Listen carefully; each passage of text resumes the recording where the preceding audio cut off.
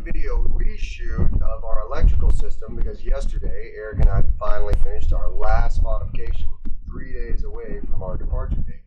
So yesterday we put a battery power pack in and we built this. So if you want to know how to do this, we went to Costco and we got 6-volt golf cart batteries. So they're deep cycle batteries. And we've taken each battery, which is 6 volts, strapped them together like this, just a positive to negative on each set, and made 3 12-volt batteries. From there, we put the batteries in parallel. That's what these lines here are. Put the batteries in parallel. This is our positive lead here, and on the back side of our power pack, our negative lead. And so this gives us, it's essentially doubles our amp hour capacity here on the boat. With the current batteries we had 630. We've added another 630 amp hours of power to the boat. So I'll show you our existing power pack that we have over here. This is what the boat came with. They have 3 210 amp hour batteries, and so we've added our 3 and made a giant power pack. And so now we'll take you up on top and show you how we charge all of these batteries.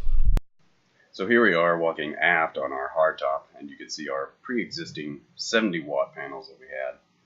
But then we purchased a 1,000-watt system off of Amazon, which consisted of 6 160-watt panels.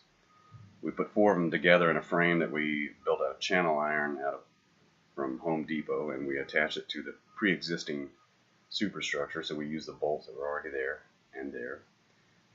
And then we placed the other 2 panels on the port side of our top, still leaving room for you to come up and mess with the sail if you need to.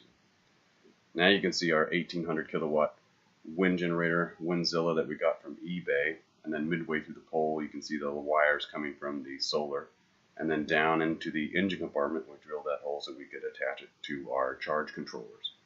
Back underneath the hardtop, and we're on the bottom side of the solar panels, and you can see the brackets again that we put together, and it does a good job. You can see right now we're getting quite a bit of shade here on the dinghy, so it's doing its job, and it's also charging our batteries. Now the wiring of these panels is really simple. There's a male and female connector. They're only one-way connectors. You can't put them on wrong, so they're kind of an idiot-proof connector. Here we're inside the port engine compartment, and all the wiring for the solar and the wind come down the mounting pole for the wind generator, come down into the engine compartment, and then route into the port bedroom, my bedroom. Here we can see the 5,000 watt inverter we've installed. This is powered by the bus bar that is just inside the kitchen, just above it. And the power from this routes over to the other side of the boat and ties into the existing electrical system, giving us 120 for all of our sockets. Now here you can see our isolation transformer. We actually went from the inverter and took 120 over to the isolation transformer. It's basically a transformer that steps up voltage, and it steps it up to 220.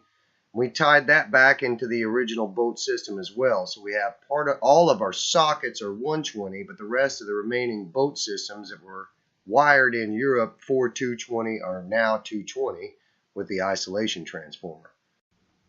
Now the way that we use our isolation transformer is we actually take our shore power plug it into our isolation transformer, and run the boat system off of shore power. We actually generate enough power to be our own shore, so we never have to plug into a shore power. You can see the wiring for that right there.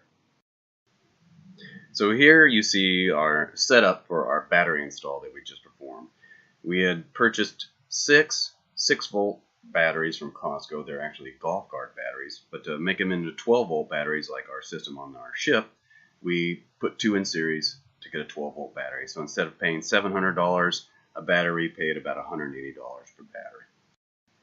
And here you see the compartment that we're going to place it into, which was originally our life raft, which we just threw overboard. We're not going to need it.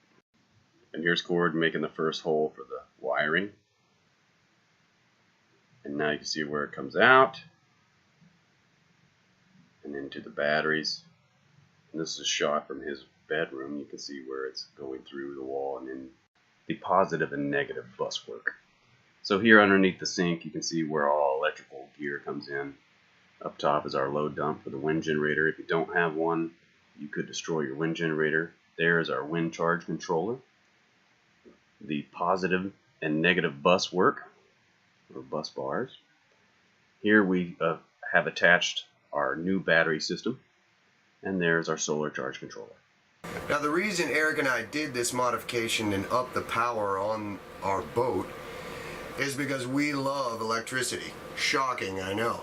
But for example, right now, today, it's just an average day here on the boat. A few days left before we take off, but this is our average consumption of electricity, and we're able to go throughout the night doing just this. We have our freezer here, fully stocked for the trip. So we're running a freezer. We also have our refrigerator. That's stocked and ready to go for the trip. We're running a television. We have a DVD player. Eric is charging his computer. I'm charging my computer. And just over here behind Eric, we have an ice maker, because it does get hot here on Kauai. And we have lots of ice being produced right now.